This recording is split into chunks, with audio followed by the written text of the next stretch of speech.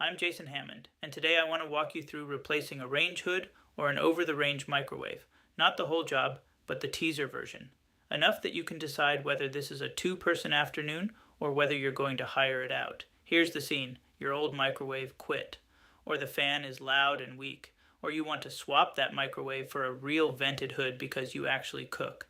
Same install either way. A bracket on the wall, the unit hooked onto it, 2 screws down from inside the cabinet above, a power cord, and a vent connection. Before you start, confirm the scope. Measure your cabinet opening, 30 inches is standard. Open the cabinet above and confirm a dedicated 120 volt outlet. No outlet, that's an electrician call. Then decide your vent path.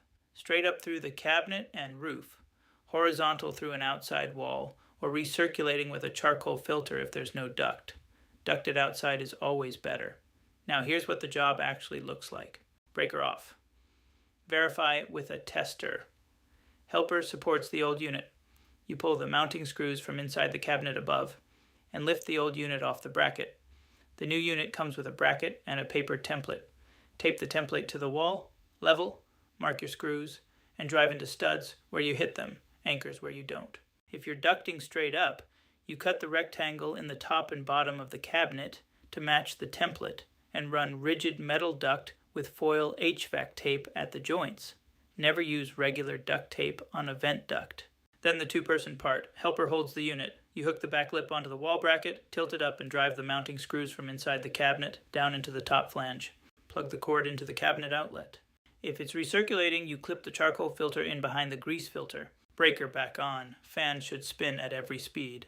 Light works. For a ducted install, hold a tissue against the exterior cap. The fan should blow it outward. The mistakes that double this job. Trying to do it solo and dropping a 70-pound unit on a glass cooktop. Flex duct or duct tape instead of rigid duct and foil tape. Skipping the backdraft damper at the exterior cap. And running a microwave empty for its first test, which damages the magnetron. Always test with a cup of water inside. And one more thing. If the duct run is long, has multiple bends, or the exterior cap is painted shut, stop. The fan will sound strong, but move almost no air, and grease will build up in that duct. That's a fire risk. Clear or reroute before you call it done. For the full bracket layout, the duct sequence, the wire connection, and the airflow test, grab the complete guide at hammondreengineered.com. That's hammondreengineered.com. I'll see you in the book.